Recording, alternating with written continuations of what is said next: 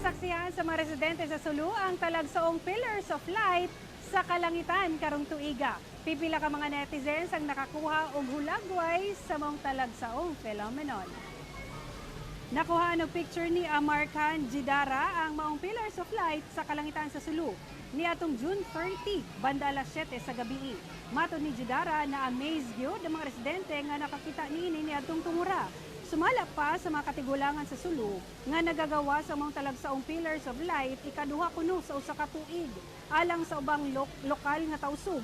Ginatawag kini nila nga lansok-lansok o kandila apan managlahi ang pagtuo sa ubang tausog. Nagtuong uban nga maghatod kini og bad luck o trahedya apan alang sa uban senyales kuno kini nga swerte. Giklaro sa Pag-asa nga among phenomenon namugna tungod sa reflection sa moonlight sa ice crystals sa panganod. Ang mga Pillars of Light milungtad sa 20 ngadto sa 30 minutos.